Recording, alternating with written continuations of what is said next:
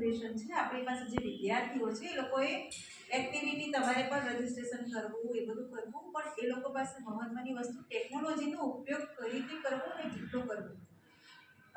નિલેશભાઈ બહુ સરસ કામ કરે છે અત્યારે એઆઈના માધ્યમથી, વિડીયો પણ બન્યા છે સવાર, બહુ જ સરસ. કદાચ એમનો વોઇસ છે.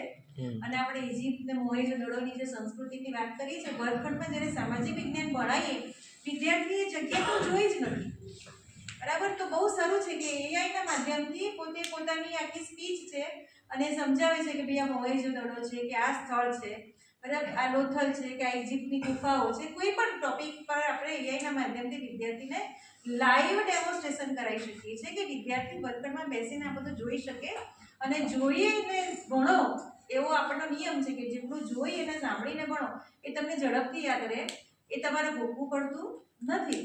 તો બહુ સારું માધ્યમ છે, પણ આ માધ્યમનો પ્રોપર ક્યાં કઈ જગ્યાએ ઉપયોગ કરવો એ પણ આપણે બધાએ દિશા દર્શન કરવું પડશે. નહીંતર આ પૂર્ણ બંદર કહી શકાય. આ છે ધોલાવીરા. આની શોધ 1968માં જગતપતિ જોશીએ કરી હતી. આ શહેર તેની અદ્ભુત જળ સંરચના, વિશાળ સ્ટેડિયમ અને અનોખા લેખન પત્રિકા માટે પ્રસિદ્ધ હતું. આ છે રાખીગઢી, જેની ઓળખ 1963માં ભારતીય પુરાતત્વ સર્વેક્ષણ દ્વારા કરવામાં આવી હતી અને 1997માં ડૉક્ટર અમરેન્દ્રનાથ દ્વારા અહીંયા મુખ્ય ખોદકામ શરૂ કર્યું હતું. અત્યાર સુધીના સૌથી મોટા હડપ્પા નગરોમાંનું આ એક છે.